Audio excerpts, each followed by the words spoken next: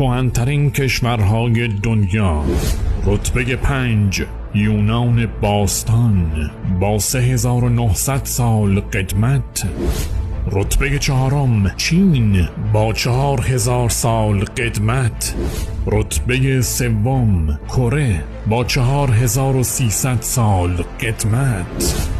رتبه 2 مصر باستان با 5160 سال قدمت.